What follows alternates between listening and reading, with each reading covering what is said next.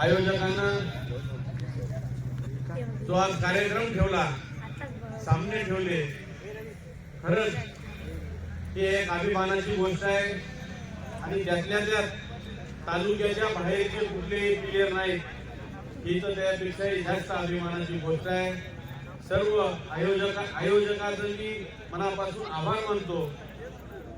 आणि खरंच तालुक्यातले सर्व क्रिकेटपटू आहेत याचा मला खूप अभिमान वाटला।